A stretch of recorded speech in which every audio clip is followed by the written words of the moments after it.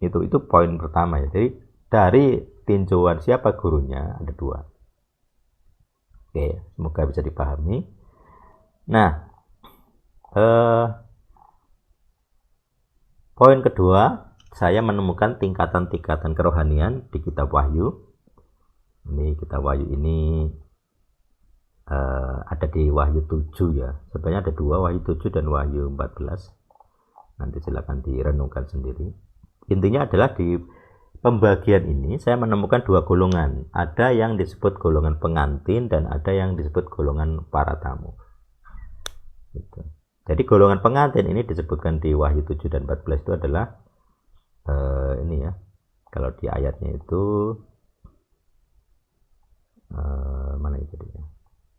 Di ayat Wahyu 7 ayat 4 ya. Dan aku mendengar jumlah mereka yang telah dimeteraikan 144.000 orang dari setiap dari setiap suku anak cucu Israel. Jadi tiap suku Israel kecuali Dan kalau nggak salah itu 144.000. Jadi dibagi 12 ya, 144 dibagi 12. Per suku berapa?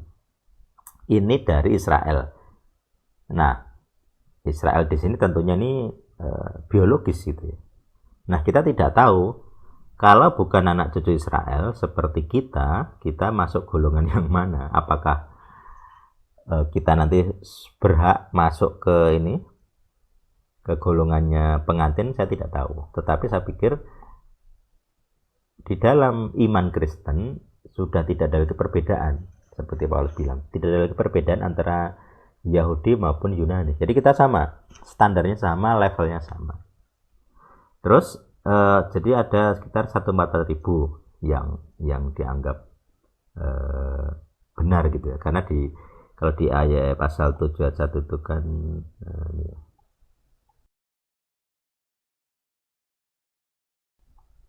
ayat 3 ya. Jadi sebelum ada pembinasa para penunggang kuda itu kayak simbolnya begitu, jangan turun dulu ke merusak darat, laut dan pepohonan. Jelas ya, darat, laut, pepohonan. Jadi pepohonan akan dirusak. Sampai kami memeteraikan hamba-hamba Tuhan kami pada dahi mereka. Jadi di Daniel itu kan dahi-dahi dari umat Tuhan itu diberi tanda taf ya, kayak T tapi bukan T sebenarnya itu. Taf gitu. Nah, taf ini nanti dituliskan di dahi materai, jadi ditandai. Arti dari taf sendiri sebenarnya tanda. Nah, jadi ada yang disebut hamba-hamba Tuhan yang dimeteraikan pada dahi mereka.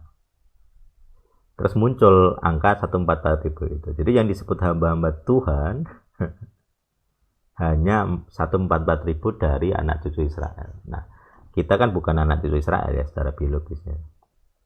Tapi secara iman ya mungkin kita bisa masuk gitu, karena kitab yang kita pakai juga kitabnya orang Israel.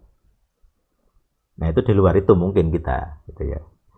Nah, katakanlah kalau kita ambil angka 144.000 ini atau 288 ya kalau total dari Wahyu 14. 288.000 kemarin saya hitung kalau misalnya total Kristen sedunia 2,4 miliar. Ini saya hitung dari sini ya. Christianity 2,38 billion. Di miliar ya itu ya. Jadi dari 2,4 miliar orang yang mengaku beragama Kristen, sekte apapun, yang masuk ke pengantin itu cuma 0,12%. Yang golongan ditandai ini 0,01 ya, 0,012%. Selebihnya ya bukan itu. Ini kalau kita pakai angka 128.000. Selebihnya apa? Selebihnya adalah para tamu. Lah pembedaannya apa? Pembedaan ini filosofi ya. Jadi kalau dicari ayatnya secara jelas mungkin tidak akan ngumpul di satu ayat gitu. Tapi ini kayak kompilasi dari banyak ayat gitu. Jadi para pengantin ini yang saya pahami adalah orang-orang yang bersedia membayar harga untuk mengetahui dan mengalami kebenaran. Jadi mengetahui dulu lalu mengalami. Karena tulisannya adalah pakaian mereka kebenaran putih tanpa cacat celah. Tanpa cacat celah gitu.